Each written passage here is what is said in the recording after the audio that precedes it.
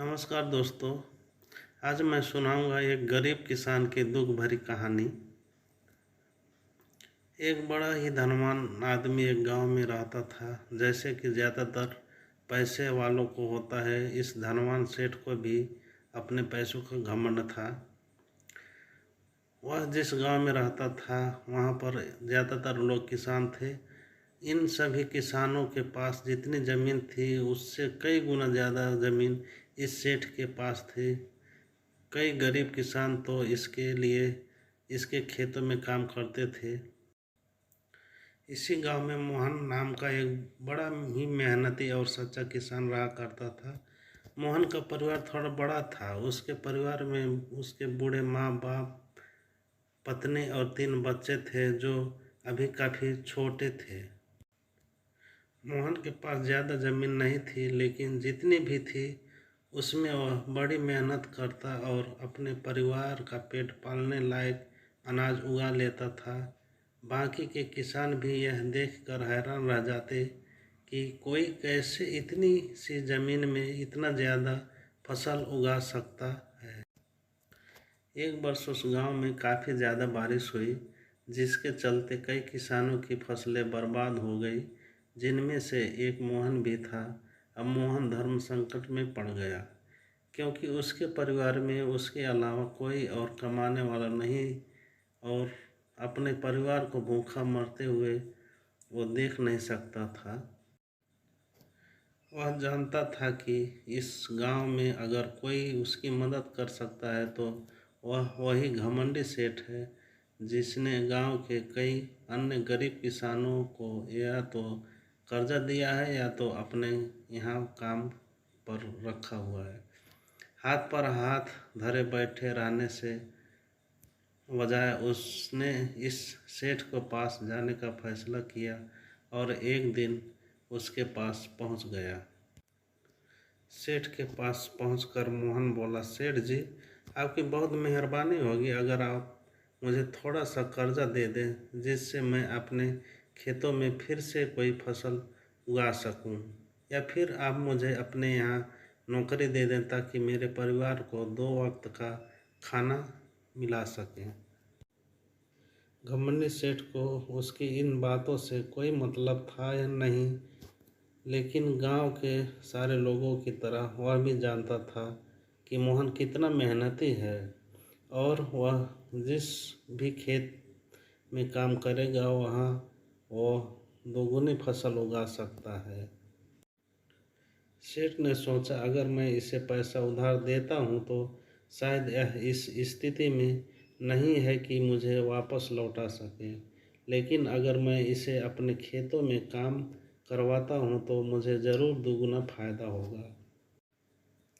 सेठ मोहन से बोला, देख भाई, मैं तो पैसा तुझे दूंगा नहीं और मेरे पास अभी खेतों में काम करने के लिए कई किसान पहले से मौजूद हैं, लेकिन तुझ पर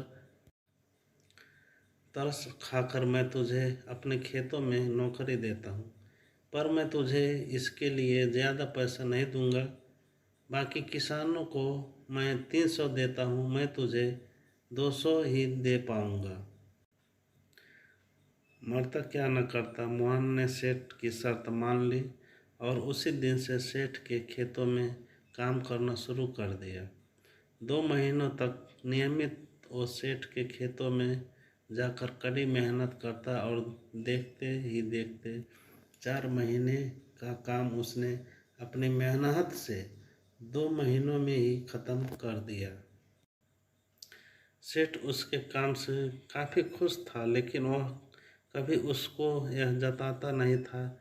जब सेठ ने देखा कि उसका खेतों का काम अब ख़त्म हो चुका है, अगर वह मोहन को काम से निकाल देता है तो उसके 2 महीने के पैसे बच जाएंगे। तब सेठ ने मोहन को काम से निकालने का फैसला किया। एक बार सेठ का एक विचार भी आया कि इतना मेहनती आदमी शायद उसे दोबारा न मिले, लेकिन फिर उसने सोचा कि जब अगले साल काम आएगा तब उसे फिर से नौकरी पर रखा लेगा। आखिर इस गांव में उसके अलावा है ही कौन जिसके आगे ये लोग अपने हाथ फैलाएंगे। एक दिन सेठ ने मोहन को अपने पास बुलाकर उसको उस दिन का पैसा दिया और साथ में यह भी कहा कि कल से तुमको काम पर आने की ज़रूरत नहीं है। अब मेरे पास तुम्हारे लिए कोई काम नहीं बचा है। जब मेरे पास काम आएगा तो मैं तुम्हें बुला लूँगा। यह सुनकर मोहन का दिल बैठ गया। पिछले 2 महीने से काम ही सही उसके बच्चे और परिवार के पेट में अन्न का दाना जा तो रहा था, अब क्या होगा। यही सोचकर उसकी आंखों में आंसू निकल आए। मोहन ने सेठ के पैर पकड़ लिया और गिड़गिड़ाने लगा, सेठ जी मुझे इस काम की बहुत ज़रूरत है। मुझे अपने मतलब से मतलब रखने वाला सेठ टस से मस न हुआ। उसने खरी खोटी सुनाकर मोहन को वहाँ से चलता कर दिया और मन ही मन 2 महीने को तनख्वाह बचने से खुश होने लगा। अगले दिन जब सेठ सवेरे उठा और अपने आंगन में आया तो उसने देखा कि मोहन उसके आंगन में बैठा है। सेठ ने उसको पास बुलाकर पूछा कि क्या हुआ, तुम क्यों यहाँ पर बैठे हो। मोहन बोला, सेठ जी मुझे वापस काम पर रख लीजिए। आप जानते ही है मेरी आर्थिक परिस्थिति कैसी है, थोड़ी दया कीजिए। लेकिन सेठ ने उसकी एक न सुनी और फिर एक बार उसे बुरा भला कहकर वहाँ से जाने के लिए कहा। बेचारा मोहन अपना सिर नीचे झुका के वहाँ से चला गया।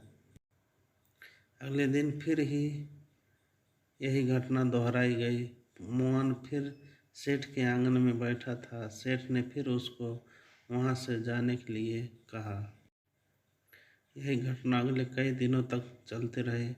अब तो मोहन सेठ के हकलाने पर भी वहाँ से नहीं जाता था और वहीं पर बैठ रहता था।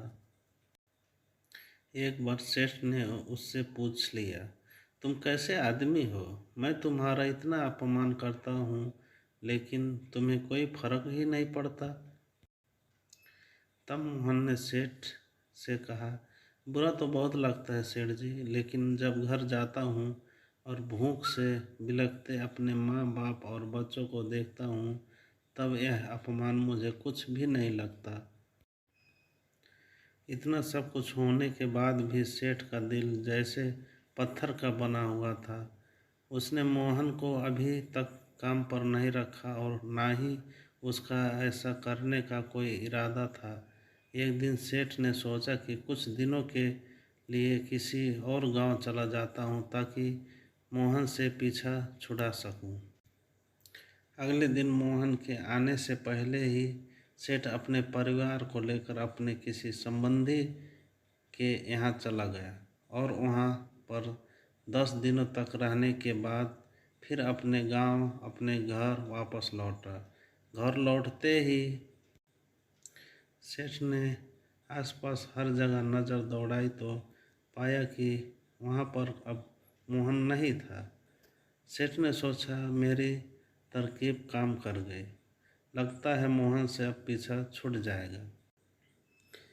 हालांकि अब सेठ के द्वार पर मोहन नहीं बैठता, लेकिन मोहन का विचार अभी भी सेठ के मन में घर कर बैठा था। सेठ सोच रहा था मोहन इतनी जल्दी हार मानने वाला आदमी तो नहीं दिखता है। उसके साथ क्या हुआ होगा, क्या उसे कहीं कोई और काम मिल गया होगा या फिर और कुछ। इन विचारों ने सेठ को बेचैन कर दिया और आखिरकार सेठ को मोहन की खबर लेने के लिए गांव में जाना पड़ा। सेठ को मोहन का पता नहीं मालूम था, इसलिए अड़ोस पड़ोस के अन्य किसानों से पूछने पर पता चला कि मोहन घायल हो चुका है और अपने घर पर आराम कर रहा है। सेठ ने जब उसके घायल होने का कारण लोगों से पूछा तो सेठ को पता चला कि जब सेठ अपना घर छोड़कर किसी और गांव में गया था तब बंद घर देखकर कुछ चोर उसके यहाँ चोरी करने आए थे, जिनको रोकने की कोशिश करते हुए हाथापाई में मोहन चोटीला हो गया था। यह सब जानने के बाद सेठ का पत्थर का दिल भी अब मोम की तरह पिघल गया। सेठ को अपने किए पर पछतावा होने लगा। सेठ ने अपने आप को याद दिलाया कि कैसे उसने एक शरीफ और सच्चे आदमी को ज़्यादा काम करवा कर भी उसको पूरा पैसा नहीं दिया और जिसको गले से लगाना चाहिए था उसे ठोकर मार कर भगाता रहा। सेठ मोहन का घर का पता पूछकर उसके घर पहुंचा तो देखा कि मोहन के घर की हालत बहुत ख़राब है। उसका परिवार भूख से बेहाल है और वह खुद अपने हाथ पैर पर चोट के साथ एक खाट पे पड़ा हुआ है। यह दृश्य देखकर सेठ की आंखों में आंसू बह निकले। सेठ ने मोहन के पास जाकर उससे सच्चे दिल से माफ़ी मांगी, उसको उसकी मेहनत के पैसे दिए, उसका इलाज करवाया और उसको हमेशा के लिए अपने यहाँ काम पर रख लिया। दोस्तों, इस खूबसूरत कहानी से हमें कई पाठ सीखने के लिए मिलते हैं। तो दोस्तों, एक कहानी वीडियो आपको अच्छी लगी तो like, share, comment and subscribe ज़रूर करें। धन्यवाद।